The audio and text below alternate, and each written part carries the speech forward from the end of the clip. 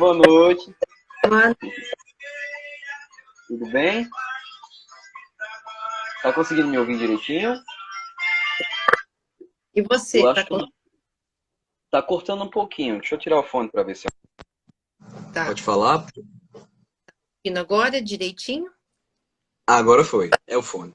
Vamos sem ele, então. Não tem acontecido isso, né? Ah, que bom eu estar aqui falando com você. Muito axé aí para você, para todo esse povo lindo aí. Muito axé também para ti. Gratidão pela oportunidade de te conhecer aqui, compartilhar esse espaço com você. Um espaço que é nosso, né, da nossa Umbanda. E é uma honra que perceber e nós podemos nos relacionar, podemos nos conhecer, mesmo em regiões diferentes, como umbandistas.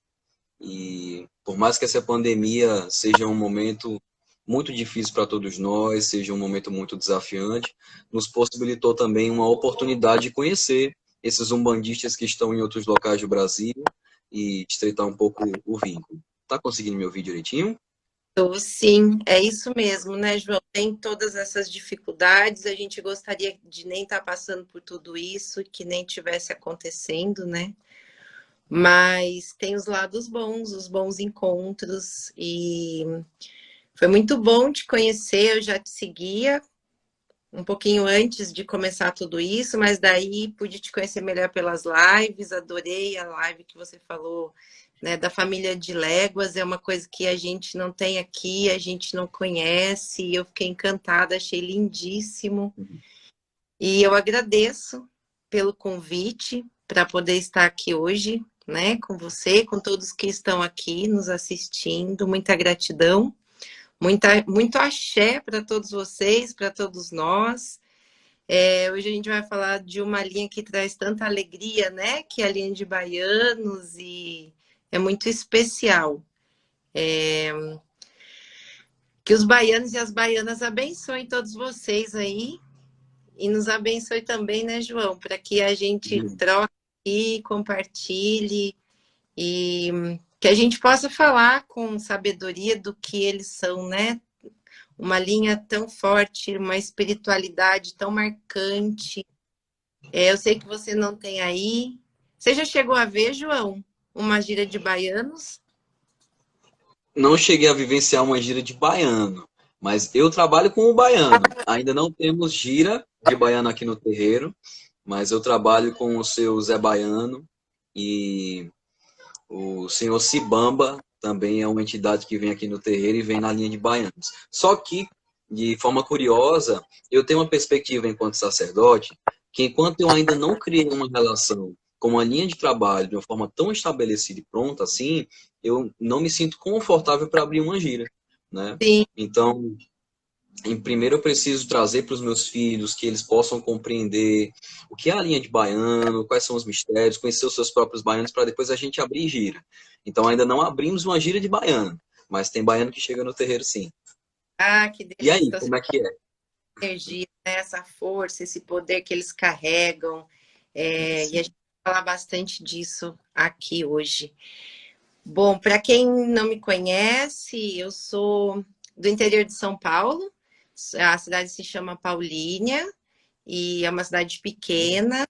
É próxima de São Paulo, a gente está a 120 quilômetros da capital, mas é uma cidade pequena, né? E nós não temos tantos terreiros, temos uma quantidade boa, muitos terreiros não são visíveis, né? Ainda existe muito preconceito, então existem muitos terreiros que ainda trabalham, né, de forma muito discreta, e a gente também começou de forma muito discreta, e depois a gente acabou, não, vamos enfrentar, vamos encarar, e a gente, né, abriu o terreiro praticamente no centro da cidade, e também, né?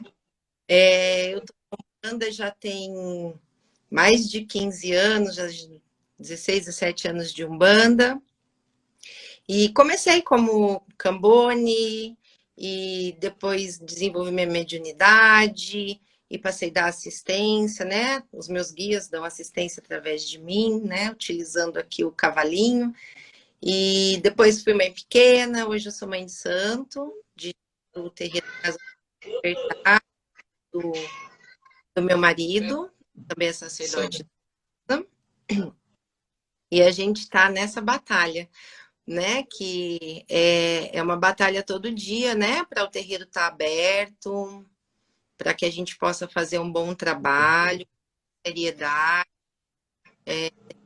Todas as pessoas compreendem, mas não tem nenhum problema, né? Eu acho que o importante é que as pessoas saibam que as religiões podem coexistir. E aí, João, a gente falando, né? A gente já começou falando deles e você disse, né? Tem um baiano que chega, mas ainda não se formou a linha como um todo. Comigo, eu entrei na Umbanda pela linha de baianos. Eu cheguei, na verdade, na Umbanda por essa linha. Então, assim, para mim é uma alegria muito grande falar. Eu tenho um amor, um respeito, tenho por todos, mas foi a minha porta de chegada, sabe? Uhum. Posso falar rapidinha para Pode falar. você? Pode contar. Eu era espírita e trabalhava num centro espírita há muitos anos, já fazia uns 12, 13 anos que eu era espírita, e não conhecia a Umbanda, e quando alguém me falava, tinha até ai, o que é isso? Um certo preconceito, né? E um dia a gente está na nossa reunião, e a reunião estava quase encerrando, e estava de olhos fechados, fazendo as preces junto com a chefe da mesa, as preces finais, e de repente eu começo a ouvir birimbau e começo a ver, né, homens jogando capoeira e baianas dançando, e aquilo foi mexendo assim comigo. Daí eu virei para o meu marido e disse para ele: a gente precisa terminar logo a reunião para a gente ir procurar um terreiro de Umbanda. Ele: como assim procurar um terreiro de Umbanda? Eu falei: porque tem umas baianas aqui, uns baianos que chegaram e disseram que a gente tem que ir no terreiro. Ele falou: que terreiro? Minha mãe tinha ido em algumas giras no terreiro e tinha comentado comigo. E eu fiquei meio assim. Daí eu disse: deve ser esse terreiro que a minha mãe foi. Ele falou: mas onde é? Eu falei: não sei, mas a gente vai procurar e vai encontrar. E aí, esse amigo estava de carona, nós saímos rapidamente, nos despedimos e saímos procurando esse terreiro que estava na minha cabeça, esse terreiro, né? Onde é esse terreiro? Onde é? E a gente parou, o terreiro era muito discreto, ficava aos fundos de um terreno, tudo muito fechado, muito reservado. Eu falei para ele: acho que é aqui. Acho que é aqui. Ele falou: bom, não tem barulho nenhum, não tem nada. Vou tocar a campainha, vamos ver se é aqui. Aí tocou a campainha, saiu uma pessoa lá de dentro e disse: ah, vocês três chegaram.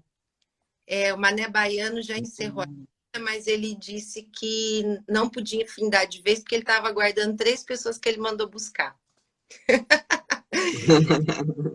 E aí, um misto, né, de medo e curiosidade, e aquele birimbau na minha cabeça. E quando eu chego, o seu Mané, uma alegria só, né, e começa a cantar. O ponto que ele cantou foi aquele: se ele é baiano, agora que eu quero ver. Se ele é baiano, agora que eu quero ver. Dança catira no azeite de dendê. E por aí foi. E aí ele foi cantando, porque ele era um baiano muito cantador, sabe? E foi dançando, e foi baforando em volta da gente. E foi uma lindeza só. Eu fiquei encantada com aquilo. Eu falei: meu Deus, né? Que coisa mais linda. E aí ele conversou ali com a gente, nós fomos embora e aquilo não saiu do meu coração. Na gira seguinte eu estava lá como assistência, na gira seguinte eu estava lá de novo, e lá de novo, até que eu falei: quero entrar. Posso entrar para a corrente? né? E aí ele disse, ainda não, vamos esperar mais um pouquinho, em breve vocês vão poder entrar. Até o dia que a gente conseguiu. O meu áudio está cortando? Às vezes corta só um pouquinho, mas tá dando para entender, viu? Tá dando? Ah, então tá bom. E aí foi quando a gente conseguiu entrar para a corrente desse mesmo terreiro. E seu Mané foi um dos meus pais espirituais, né? Esse terreiro ficou aberto 5 anos. 5 anos eu fiquei nele, né? Quando fez 5 anos que eu estava lá, o pai de santo, meu pai de santo Macleia, quem eu bato cabeça até hoje, decidiu, questões pessoais, encerrar o terreiro. E assim, então assim, eu tenho uma gratidão por essas baianas e esses baianos que me levaram para a Umbanda, né? E também tem outra passagem com eles, João, que o terreiro sempre foi pequeno e eu cambonava, e no final das giras puxava, o pai da casa fazia, ou os guixás faziam a puxada dos meus guias, né? E eu pouco deixava os meus guias fazerem, tanto de expressão corporal, quanto falar nem pensar. Eu não deixava eles falarem. Eu tinha um medo danado que eu falava, se eu passar na frente, se eu fizer coisa errada, né? Se eu... Aquela coisa que todo médium iniciante tem, eu dizia, uma responsabilidade muito grande. E aí, se o guia quiser falar uma coisa e eu falar na frente outra, sabe? Aquela coisa toda. Uhum. E assim foi por muito tempo, viu, João? Aí um dia, numa gira de cangaceiros, porque lá era separado, a gente tinha a linha de cangaceiros, que chegavam só os cangaceiros para dar assistência. Não posso falar nem cangaceiros, porque tinha 5 homens que incorporavam e não tinha mulheres que incorporavam ainda, né? E aí, numa gira de cangaceiros, eu tô ali, cambonei tudo, no final o meu cangaceiro chegou, ficou, acendeu a vela dele, colocou o copo de água dele, acho que ficou ali uns 10 minutos e foi embora. E eu fui lá, o chefe da casa na linha de cangaceiro era seu Virgulino Lampião.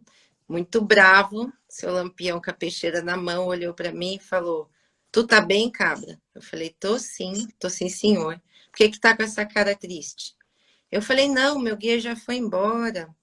Aí ele falou, você sabe o trabalho que dá para um guia chegar em terra? Aí eu falei, não sei não, senhor. Daí ele me falou e disse, você mal deixou ele chegar e já mandou ele embora. Aí eu disse a ele, eu tenho muito medo de deixar falar, né, seguro. Ele falou, então vai ali pro teu canto, feche teus olhos, que vai chegar um guia que vai destravar tudo isso daí.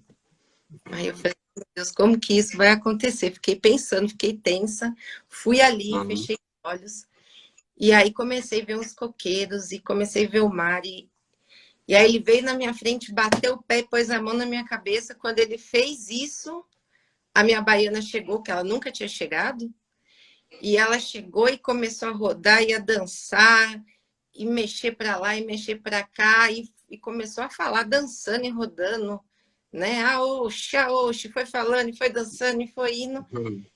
Foi lá, saudou ele, agradeceu, falou. Eu não tive controle nenhum da minha voz, ela destravou, mas foi uma loucura. E eu por dentro eu tremia, sabe? Quando dá aquele nervoso, eu falava, meu Deus, quem que é essa mulher? E era Candeias, Baiana das Candeias. E ela falou, e ele disse, todo mundo que quiser consultar comigo agora vai consultar com Candeias, porque Candeias vai... Era uma gira fechada, sabe? Só estávamos nós do terreiro. E aí ela atendeu ali algumas pessoas, e aí depois ela saiu falando com todos os guias da casa. E essa é a minha baiana, ela fala muito, ela é faladora, contadora de histórias. Quando tem... no nosso terreiro a gente faz assim, João, a gente, no desenvolvimento mediúnico, a gente separa o cangaço dos baianos e dos malandros, porque a gente, experienciando tudo isso, a gente viu como as energias são diferentes, como os trabalhos são diferentes. Inclusive, a gente sente a força dos orixás, são outros orixás que atuam nessas linhas, e a gente faz, né, separado. Na gira de assistência, então, muitas vezes a gente chama de linha de baianas e baianos, mas fica livre para chegar quem precisar, cangaço, malandros e malandras ou os baianos. E é muito engraçado, porque a gira de caboclo, por exemplo, 7h30 começa, 10h30 ali, tá terminando, né? Eles vão retinho ali. Quando é gira de baianos, é meia-noite, eles estão lá e não querem ir embora, estão falando, então dançando. É uma delícia, porque a hora que começa a tocar o atabaque, parece que vai dando um ciricutico na gente e dá uma vontade de dançar, né? Quando são os baianos, né? Os cangaceiros, eles são muito sérios. Quando eu estou esperando ali para incorporar meu cangaceiro, eu trabalho com seu Severino e com a Maria Bonita, que se apresentou há pouco tempo. Então, é muito... Eu fico assim, uma postura muito reta, parece, sabe? E ele chega e batendo os pés no chão e já batendo na picheira. Mas quando é só os baianos aí, dá uma vontade de dançar danada. Eles dançam muito, eles falam muito. Então, assim, é muito lindo de ver uma gira de baianos e baianas. A força e o axé que eles trazem é maravilhoso, né? A gente sabe que essa linha ganhou muita força aqui no Sudeste, né? E no Sul. E tem algumas explicações, né? Então, assim, um olhar é que é uma reverência à Bahia, aos orixás, porque foi a primeira terra do Brasil onde o povo africano, infelizmente, né, escravizados, mas trouxeram essa maravilha que são os orixás, e ali surgiu, né, o candomblé brasileiro e o culto aos orixás. Então, tem um olhar que remete a isso, né, a essa reverência à Bahia e a esse berço dos orixás, né, mas também tem um olhar social, né, porque a Umbanda, ela é uma religião de inclusão social, e eu digo, inclusive, de inclusão psíquica. Então, infelizmente, aqui na nossa região sudeste, sempre teve um olhar muito preconceituoso com o nordestino. As pessoas nem sabem diferenciar o que é nortista de nordestino, coloca tudo no mesmo balaio, e tem um olhar preconceituoso e colocam apelidos pejorativos e se esquecem ou não reparam que foram essas pessoas que vieram e construíram essa cidade, né, esse grande estado onde eu vivo, de São Paulo, especialmente a capital. Então, a gente precisa resgatar isso em nós. Talvez, acredito que essa linha de baianos e baianas ganhou muita força aqui, para que a gente pudesse ter um olhar diferente, né? Para que a gente pudesse conhecer a cultura de vocês através da espiritualidade, da cultura espiritual que eles trazem e que é lindíssima. E aí a gente vai conhecendo a cultura espiritual desse povo nordestino que chega na linha de baianos e vai se encantando. E muitas vezes é daí que esses preconceitos, esses estigmas vão se quebrando, porque aí as pessoas começam a ter interesse de querer conhecer, né? De querer entender, porque a gente vive num país continental, cada estado tem uma cultura muito própria, e isso é muito rico, é muito bonito, a gente devia amar isso. Essas trocas possibilitam tanto crescimento, não é? Para a gente. E a gente, muitas vezes, perde essa grande oportunidade com um olhar estreito, né? Um olhar eurocêntrico, um olhar fechado.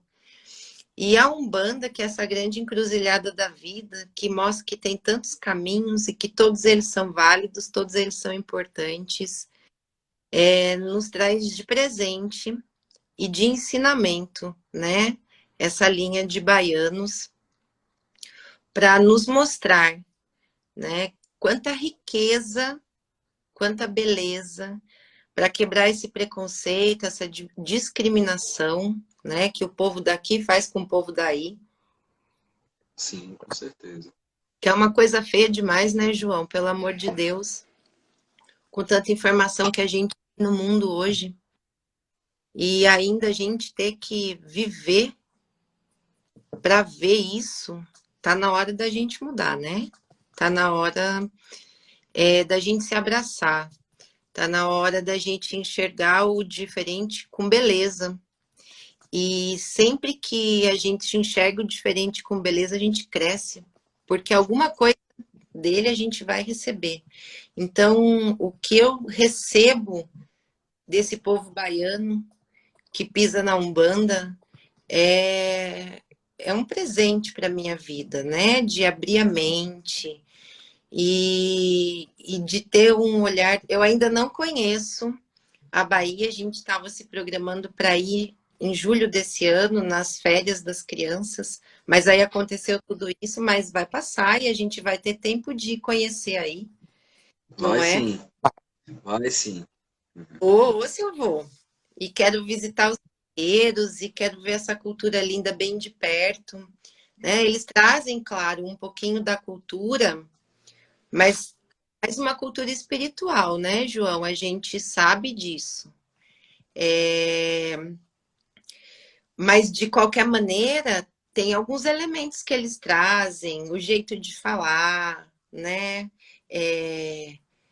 Eles falam com um sotaque todo arrastado, e às vezes fala mais mole, mais devagar, e às vezes corre com as palavras que a gente não consegue nem acompanhar, sabe? Uhum, uhum. E às vezes a gente nem entende, daí eu fico pensando, mas o que será? Aí eu pergunto para ela, Candeza, o que significa essa palavra que você disse? Aí ela explica, né? E é uma alegria, traz toda essa alegria, essa vida, né? Esse olhar dos orixás, que eles trabalham lindamente nas giras, né? A força dos orixás e a força de elementos culturais que a gente aqui não tem, por exemplo. A Candeias tem mandinga que ela faz, que ela pede para eu achar a fita do Nosso Senhor do Bonfim. Uma vez Sim. tinha um da casa indo, e ela pediu que trouxesse um balaio para ela de fita. Eu nem sabia que ele ia. Ele não tinha comentado comigo. No final da gira, ela falou: cadê o bichinho que vai lá? Onde era a minha terra? Aí ele disse: sou eu. Ela falou: então tu vai trazer um balaio. Aí ela pediu um Uhum. balaio e fez as mandingas lá, sabe? E aí traz essa cultura, né? Que eu fui conhecer através dela, né? Da Nosso Senhor do Bonfim, da lavagem da escadaria, que ela, quando ela conta, é uma emoção muito grande. Ela se emociona, eu choro junto, ela chora, outras pessoas que estão ouvindo choram, porque é muito lindo. E aí os cangaceiros trazem Padrinho Padre Cício, né? E né, toda essa devoção a ele. E Eu tenho uma também história interessante com isso aí. Eu tem acho que uma travou coisa. um pouquinho, voltou? Voltou. Ah, Pode dizer, você ia falar dele? pronto.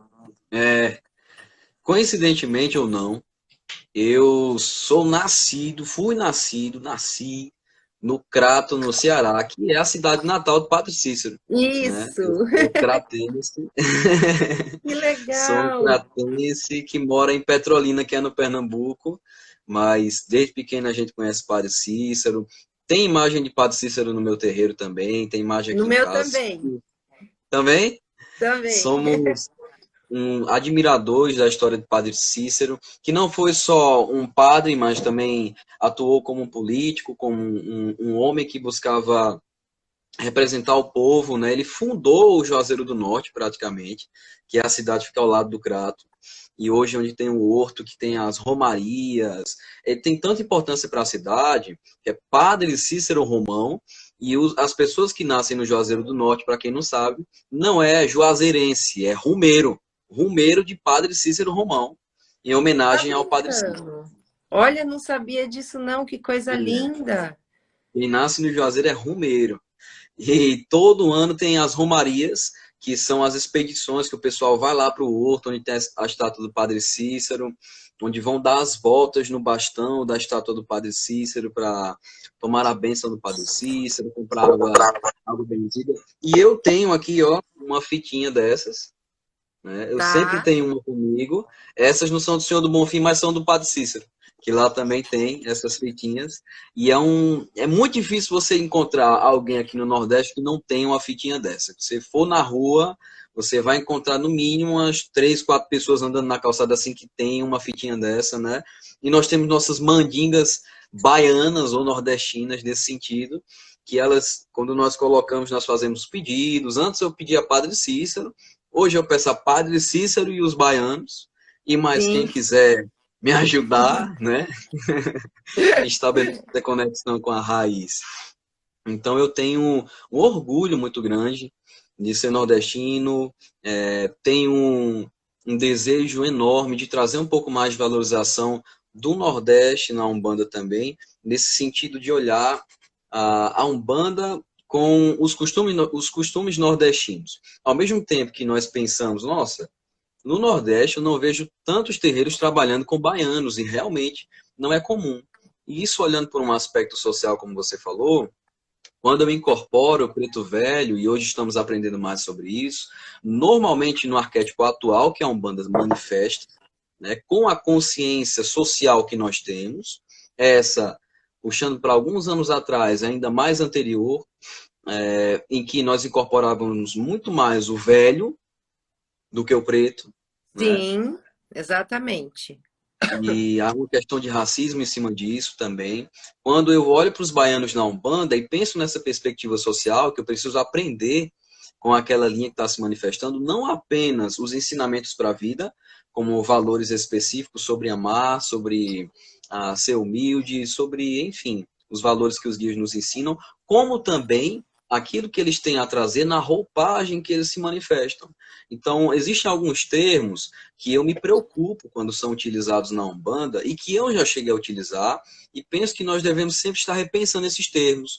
Como, por exemplo, não é um termo, mas é uma fala muito comum, nem todo preto velho foi preto velho. Nem todo preto velho Sim, foi escravo, né? Nem todo preto velho foi negro. E eu antes dizia isso, hoje eu paro e penso, qual é a importância em um estudo que eu estou ensinando sobre a essência dos pretos velhos, eu trazer uma mensagem de que aquela entidade que está trazendo essa roupagem e representando aquele povo não é aquilo que ele está se mostrando, né?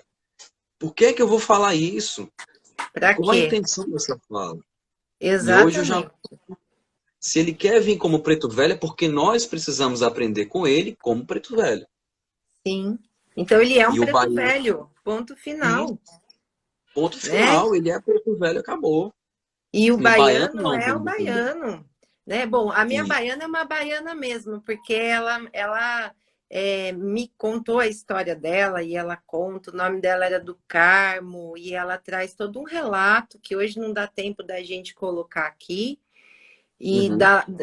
Ela vivia numa cidadezinha muito pequenininha, é, perto, que eu acho que era, pelo que eu entendi, ela estava dentro de Salvador, hoje não está mais, pelo que ela relata, né?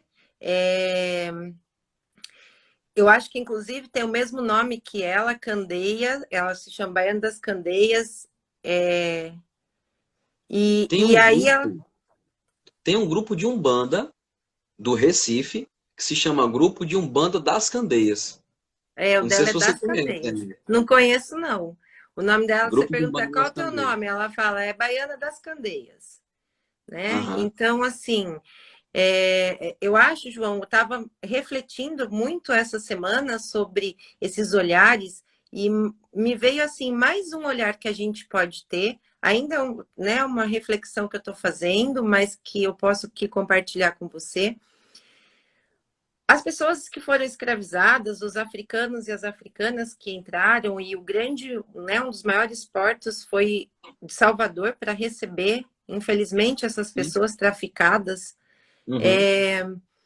E, e ali, grande parte dessas pessoas que foram escravizadas viveram, né, nas plantações de cana. Sim.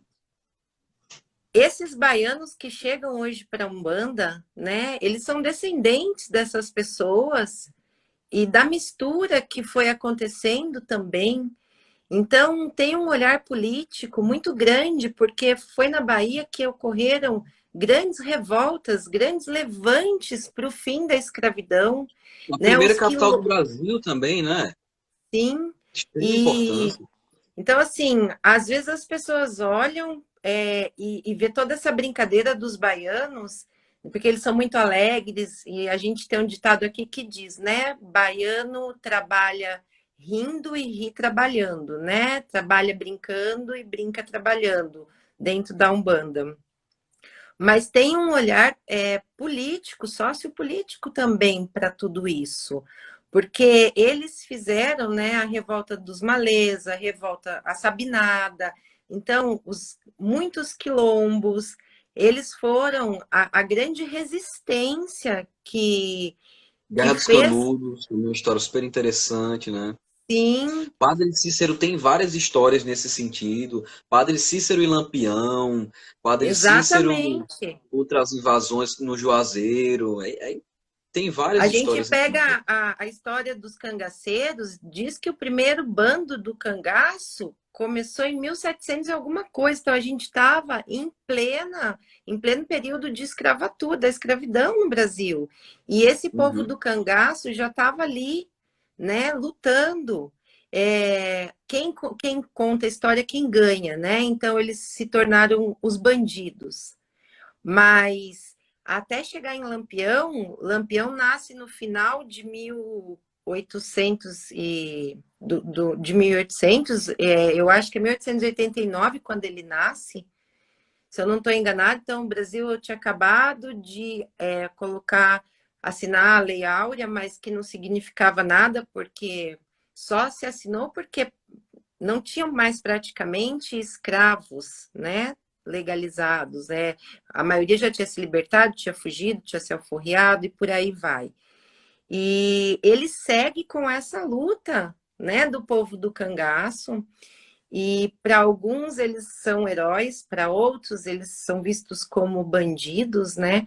Mas o grupo ali de Lampião era um grupo muito forte, né? Que matava muitas vezes, né, para se defender e também porque iam para essas batalhas. E aquilo que eles tiravam daqueles que tinham mais, eles davam para aqueles que tinham menos, né? Uhum. Então a gente vê que tanto na linha do cangaço, que pode trabalhar junto com a linha de baianos, não tem nenhum problema, quanto a linha de baianos, eles têm esse viés político muito forte e a gente precisa parar de romantizar, né, isso tudo e Quero dar compreender. uma dica aqui, aproveitar a sua fala, desculpa estar te interrompendo, para não perder a Imagina, oportunidade.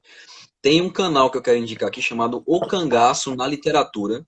Quem quiser aprender mais sobre os cangaceiros e uma história verídica dos cangaceiros, pesquisa O Cangaço na Literatura. É de um pesquisador nordestino que ele visita os locais que aconteceram, os principais combates e eventos relacionados aos cangaceiros e conta as histórias. Ele também é historiador, então ele tem alguns livros publicados não só sobre a história do grupo de Lampião, mas como outros grupos de cangaceiros, né? Como história de Zé Baiano, não sei se você sabe, mas Zé Baiano foi um cangaceiro foi um também, né? cangaceiro. O primeiro cangaceiro, o nome que ele utilizava, o apelido, eu acho que era Sete Orelhas. Então, a Sim, gente, é isso mesmo, não é? tem algo Então, relacionado a isso. a gente vê, né? Então, assim, no terreiro a gente vê ali as figuras de Curisco, Maria Bonita, Lampião, Zé Baiano, Zé da Peixeira, João da Uhum. Peixeira, João do Cangaço, e, né, e tantas outras Marias do Cangaço que nós temos e que trabalham lindamente e que trazem, né, eu vejo que, por exemplo, João, a linha de baianos aqui, a gente sente, eles trabalham muito com Yansan e Ogum. E a linha de cangaceiro, a gente percebe o quanto eles atuam com Omolu e Xangô, porque eles eram Faz sentido. justiceiros, né? Faz Então sentido. eles atuam, eles trabalham muito com Xangô, né? Para que a justiça aconteça. Também tem Ogum, eles eram soldados dentro, né? Desses bandos que eles criavam. Sim. Alguns, inclusive, na verdade, eram jagunços que os coronéis contratavam e depois acabaram se apropriando, pelo que eu sinto, esses jagunços que eram contratados pelos coronéis para abafar as revoluções e para conquistar mais terras fora dos seus limites, eles contratavam jagunços e depois esses jagunços formavam bandos e acabavam sendo chamados também de cangaceiros. Mas se a história for olhada por um outro viés, a gente vê ali que eles faziam justiça com as próprias mãos, eles lutavam contra a pressão de uma república que estava surgindo, antes de uma monarquia que expoliava o povo, né? E o povo nascia com pouco e morria sem nada, né? O cangaceiro meu, quando chega, ele diz: lá no cangaço a gente nascia com pouco e morria sem nada. Se a gente não lutasse, era a única coisa que a gente tinha para viver. A Com gente tinha que, certeza. né? Então, assim, existe essa força que eles trazem. Eu me lembro que uma vez eu perguntei, né, a um cangaceiro, seu João da Peixeira, disse ele: seu João, mas vocês mataram tantas pessoas, como que é isso? Agora trabalham na linha de Umbanda? E ele me disse: minha filha, olha só, a gente atuava dentro de causas que a gente considerava justas. A gente não matava as pessoas por matar. A gente matou, sim, bastante gente. Ele falou, mas a gente sempre ia para uma batalha, para lutar por algo que a gente acreditava, para fazer justiça com as nossas próprias mãos. Porque o Estado, né, ele não usou essas palavras, mas ele quis se referir a quem deveria zelar pelo povo, não zelava.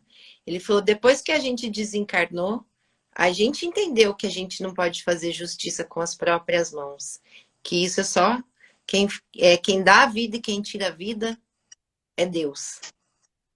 Ele falou, mas a gente teve a oportunidade de vir também resgatar tudo isso que a gente viveu através da linha de Umbanda, resgatar os nossos erros e hoje fazer a justiça através de Pai Xangô. Então, ele me falou isso de uma forma muito sincera, com muita honestidade, sabe? Eu gosto de conversar com os guias olhando nos olhos deles, porque os olhos do cavalo mudam, né? Os olhos do médium mudam quando está incorporado. A gente vê os guias nos olhos, né? É lindo isso.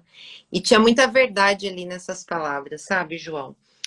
Então a gente pode ter um olhar além, né, apenas desses que a gente tem da homenagem, né, da reverência, né? Por exemplo, a gente tem histórias de baianas que pisam na Umbanda e que contam que elas eram quituteiras, quitandeiras, e que nos tabuleiros delas, elas levavam informações escondidas nos búzios ou nos acarajés, informações referentes aos levantes, às revoluções. E tem a história da Luísa Maim, ou Merrinho, não sei como falo o sobrenome dela, tem pouca coisa escrita sobre ela. Ela foi a mãe de Luiz Gama, o primeiro poeta e poeta abolicionista que nós tivemos, né? E ela era essa mulher forte, essa baiana forte, né? Não se sabe se ela nasceu na Costa Mini e veio para cá escravizada ou se ela já nasceu aqui, conseguiu e conquistou sua liberdade. Então ela é tida como das mulheres que foi das mais importantes para a Revolução dos Malês, para a Sim. Sabinada, né? Então a gente tem pouca história sobre ela, porque, né, é sempre assim. Mas a gente precisa resgatar isso. E tem baianas que Com pisam certeza. no banda e contam isso. Eu era, né, quituteira, eu era quitandeira, e eu fazia minhas mandingas, e eu rezava para o orixá, e batia a cabeça também para o santo, para ficar tudo bem. Então, eles viviam no fio da navalha, e eles ensinam isso para gente, né? Além da alegria, né, dessa facilidade de trabalhar com orixá que os baianos têm, João, no terreiro eles ensinam para gente esse jogo de cintura, esse molejo, da gente Com precisar muito certeza. viver sob o fio da navalha e como fazer isso. Então eles fazem isso com muita alegria, né? Sempre dançando, sempre cantando. A gente vê no terreiro, né? Eles dançam o tempo todo, eles são falantes, eles são grandes contadores de histórias. Eles trabalham, a minha baiana, essa guia dela, ó. Eles usam Que muita guia lindo. de vinho e outras sementes, né? É. E aí eles trabalham com azeite de dendê, e trabalham com as fitas, e trabalham com uma série de elementos. Farofa, então, nem se fala, tem que ter uma farofa, né? Para trabalhar. E muitas vezes ali, o povo acha que eles estão comendo, estão dando a comida ali, a farofa, compartilhando, que é só, que não é só o axé. Não é só o axé. Quantos trabalhos eles fazem fazendo um bolinho ali com a farofa, amassando aquela farofa, né? Com as pimentas, com o coco. É, Sim, o sim. baiano do meu marido, do Alberto, é seu Zé dos Cocos. Então, tem sempre 3 cocos ali para ele na gira, coco fechado seco. E aí, quando chega a demanda, ele quebra a demanda com coco, é a coisa mais linda de se ver, sabe? Dançando, e aí Sim. pede o couro come, tocando um ponto de quebrar demanda, Eu e tenho ele um ponto aqui que me veio canta. agora na cabeça, que é um ponto autoral que o próprio Zé cantou. Ele não é Zé do Coco, mas é um ponto bem interessante que fala muito de um baiano num baiano, ou um baiano e um cearense, né? No meu caso, que é assim. Eita, baiano, que foi que te pegou? Eita, baiano, Zé Baiano já levou. Com uma vela eu desmanchei, com uma vela já se levou. Zé Baiano quebra coco no quengo, quengo, pra quem não entende, é isso aqui da gente, né? Zé Baiano quebra coco no quengo, Zé Baiano quebra pedra no dendê, Zé Baiano firma ponto no vento, Zé Baiano nunca vou te esquecer. Eita, baiano, o que foi que te pegou? Eita, baiano, Zé Baiano já levou. Então eles têm sempre esse gingado, né? Esse jogo de cintura. E tem uma coisa que eu admiro muito e sempre percebo nas incorporações deles. Alguns, muito comum isso nos guias de Umbanda, não somente nos baianos, mas também nos pretos velhos. A gente vê uma certa devoção a alguns santos também, Sim, né? A alguns santos e um respeito gigantesco com relação a isso, ao ponto de fazer algumas rezas que são mais conhecidas em ritualísticas mais católicas, mas também um ponto dentro disso tudo é lembrar como a fé é importante para o povo sertanejo, dentro de uma realidade como é, por exemplo, a da Caatinga. Hoje eu moro em Petrolina. Para quem não sabe, Petrolina é a central, digamos assim, da Caatinga. O curso de Caatinga para lidar com o sertão que o pessoal do Exército faz é aqui, que eles fazem um estágio. Então tem uma época do ano que é bem quente e a mata, aquela coisa da mata seca, aquele ambiente bem sertanejo, a gente encontra aqui na cidade também. Mas ao contrário do que a maioria pensa, a caatinga não é só seca. Qualquer mísera gotinha d'água que cair, tudo se torna verde. Então, na época da chuva, se cair um pouquinho de chuva, elas revivem praticamente. Então, teve uma vez que eu fiz aqui no Instagram o que eu chamo de um quiz cumba, que é um quiz da macumba, digamos assim, né? E aí eu coloquei uma foto da caatinga, a caatinga seca, e depois coloquei uma foto da caatinga toda esverdeada, né? Toda revigorada. E coloquei perguntando qual era a região do Brasil. E as pessoas colocavam que era o Cerrado, que era a Floresta Amazônica, que era o Pantanal. Pouquíssimas pessoas colocaram a Caatinga, porque a maioria não conhece. A visão social que as pessoas têm é aquela coisa seca, né, sofrida, e não é bem assim. Existe uma época do ano que tudo se florir, tudo começa a florir, na verdade, perdão. E um outro aspecto interessante da riqueza que o Nordeste tem, no Crato, no Ceará, existe o que nós chamamos de Chapada do Araripe. O Crato é uma cidade que é praticamente uma tigela. Ela fica lá no fundo da tigela, né? O centro da cidade fica no fundo da tigela, e em volta é uma chapada. E em cima dessa chapada é o que é conhecido como Oásis do Sertão ou Oásis do Nordeste. Tem várias nascentes, descem vários rios, então tem uma vegetação que só se encontra lá. Existem espécies de pássaros que só se encontram lá, como o soldadinho do Araripe, que é uma ave que você só encontra no planeta inteiro, na Chapada do Araripe. É incrível. E tem muitos pontos turísticos. O Nordeste é gigantesco, tem muita coisa para a gente conhecer, né? Eu fico muito feliz que nós tenhamos uma linha de trabalho como a dos baianos, que reverencia a alegria do povo nordestino, mas também a capacidade de determinação e persistência. Que é aquele povo que, mediante épocas de secas gigantescas, né, de anos e anos e anos sem chover, ainda mantinham-se presos à fé, firmes na fé, e conseguiam outras formas de sobreviver dentro daquele ambiente hostil, né? Um ambiente hostil trazido pela própria natureza. E essa música que eu vou colocar agora de Luiz Gonzaga para continuar tocando, Asa Branca, é uma menção a uma dessas épocas e ele canta essa música com uma maestria incrível. Eu vou colocar aqui para a gente escutar, tá bom? Tá Antes bom. da gente continuar. Vou até colocar aqui no chapéu.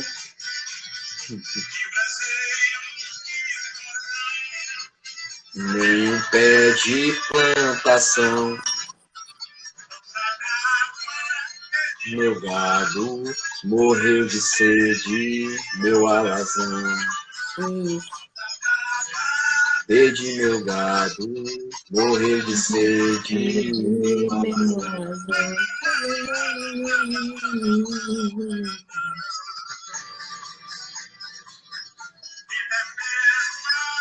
Asa branca bateu asas do sertão. Adeus, Rosinha, meu coração. Tem essa música que eu acho incrível para falar um pouco Essa dessa música é linda. Minhas crianças linda tocam essa melodia. música, João. Minhas É? crianças tocam essa música na flauta, eles adoram. Lindo. A minha meta, eu tenho um instrumento aqui que era o meu bisavô deu para minha avó, e a minha meta é aprender a tocar ele de uma forma que eu consiga tocar o hino da Umbanda nele, que é a sanfona. Eu tenho um sonho particular de tocar o hino da Umbanda na sanfona, nas giras aqui do terreiro, como uma forma de representar o povo nordestino na Umbanda, né? Que eu acho que seria muito interessante.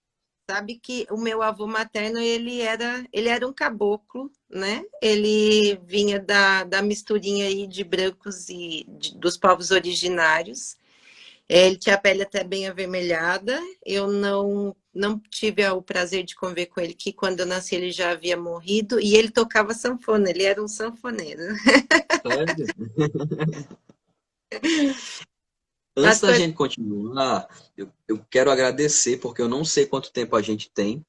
Temos 9 minutos. Eu quero agradecer a você pela oportunidade da gente conversar aqui. Estou muito feliz de trocar contigo. A tua história é linda, né? Do teu encontro com a Umbanda, com os baianos. E já fica o meu convite para a gente conversar novamente, outras vezes, sobre tantos temas que tem para a Eu gente que conversar. você sabe que quando você me convidou e a gente não sabia o tema, e nós ficamos naquela, né? E aí o tema veio, inclusive com a ajuda de algumas amigas que estão aqui nos acompanhando. E aí eu fui perguntar a Candeias, né? Se eu podia falar dela, né? Perguntei a ela se eu podia, deixei ali. Aí ela chegou e disse para mim: pode sim. Eu fui lá ver o menino. Fui ver o menino que tu vai falar mais ele. Ela falou, pode falar mais ele de mim sim e desse povo. Ela falou, ele ainda é um menino, mas já tem uma coroa de rei. Eu podia. Travou um pouquinho. Travou. Fala de novo que eu não ouvi. Ele é um menino. Ela disse que você é um menino, mas já tem uma coroa de rei. Que ela pediu Ah, licença aos teus guias, lhe abençoou, mas que abençoado você já é. gratidão a ela, viu? Um beijo também. Ela é uma Com figura, certeza eu João. vou visitá-la. Se um dia você vier para cá, se tiver a oportunidade de vir no nosso show, a gente tem que fazer uma gira de baianos para que você possa experienciar, ver com teus olhos, porque é uma sensação maravilhosa, giras e poder conversar com Candeias. A Candeias é um presente em minha vida. É, ela fala muito comigo e ela fala muito com todo mundo, sabe?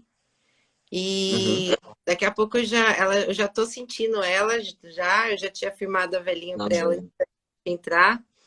E ela é uma. É muito bonita a história dela, porque ela conta tantos desafios e ela fala dessa falta de água, né? E de tudo que eles viveram e da fome que se passou mas que nunca, nunca, nunca ela perdeu a fé. Que mesmo o dia que ela ia dormir sem ter o que comer, ela agradecia a Deus, porque ela ainda estava viva e podia ver as estrelas.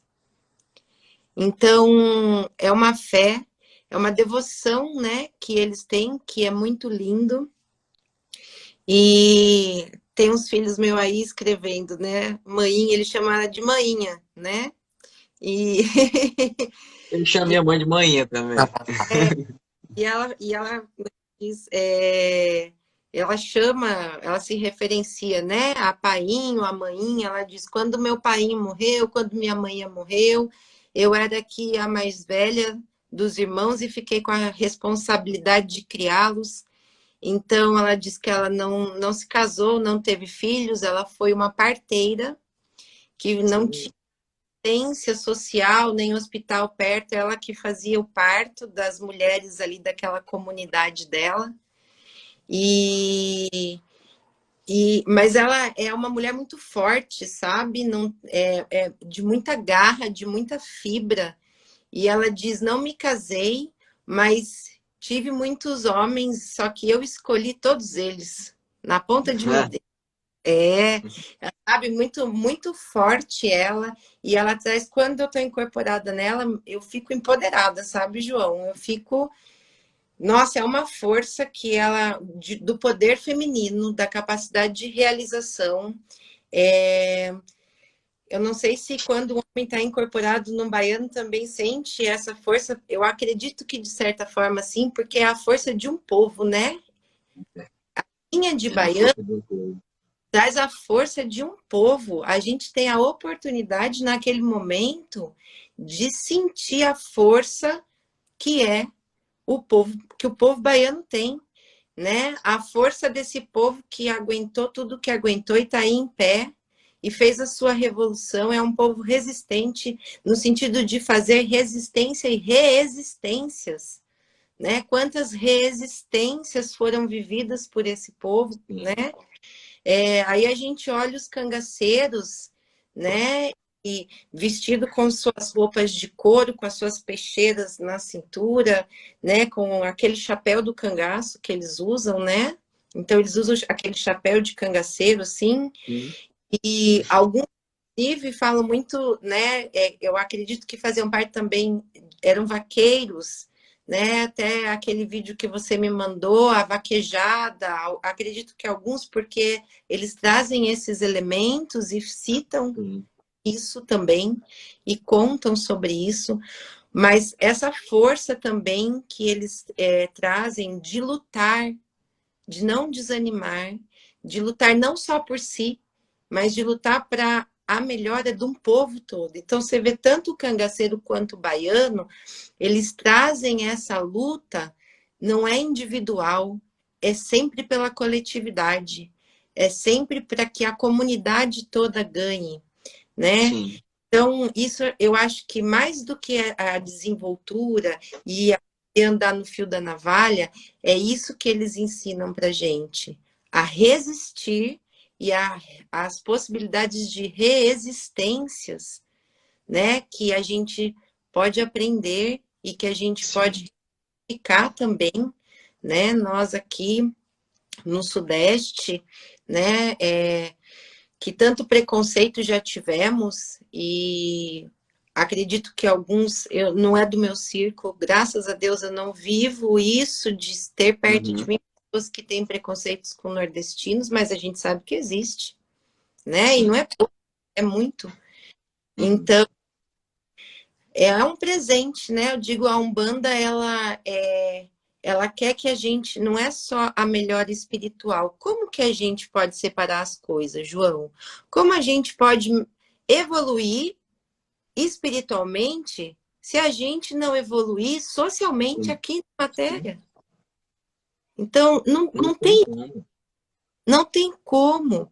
Então, assim, essa linha, né, de baianos, do cangaço, eles vêm mostrar isso para a gente, vêm ensinar isso para a gente. Não há evolução espiritual se vocês não evoluírem socialmente.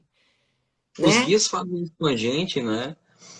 Trazem em grupo uma evolução social para apresentar esse grupo aqui e dizer, sozinho você não cresce. Exatamente. É coletivo, né, João? A evolução é coletiva. É claro que o mergulho interno é individual. A gente sabe que o mergulho interno é individual, mas a evolução ela é coletiva. Se você mergulhar internamente e não sair melhor para você mudar ou contribuir para a melhora da sociedade que você vive, então você mergulhou em algum lugar que não foi para dentro né, daquilo que é. Então é preciso evolução social para que a gente evolua espiritualmente. E essa linha. A gente se engana muito com isso, né? Se É, engana muito com isso, às vezes pensando, ah, não, eu tô tantos e tantos e tantos anos aqui trabalhando, incorporando, eu já sei de tudo, eu já entendi. Não, tanta não, coisa para você aprender ainda, né? Tanta coisa para a gente aprender ainda. E o guia vem e traz uma outra perspectiva de vida que você olha e pensa, não, eu não sei de nada, né? Ainda estou aprendendo. Temos 12 segundos. Eu quero agradecer a tua presença. Um beijo para ti, para tua família, viu? é muito grande, viu? Gratidão, muito axé a você e a todos que nos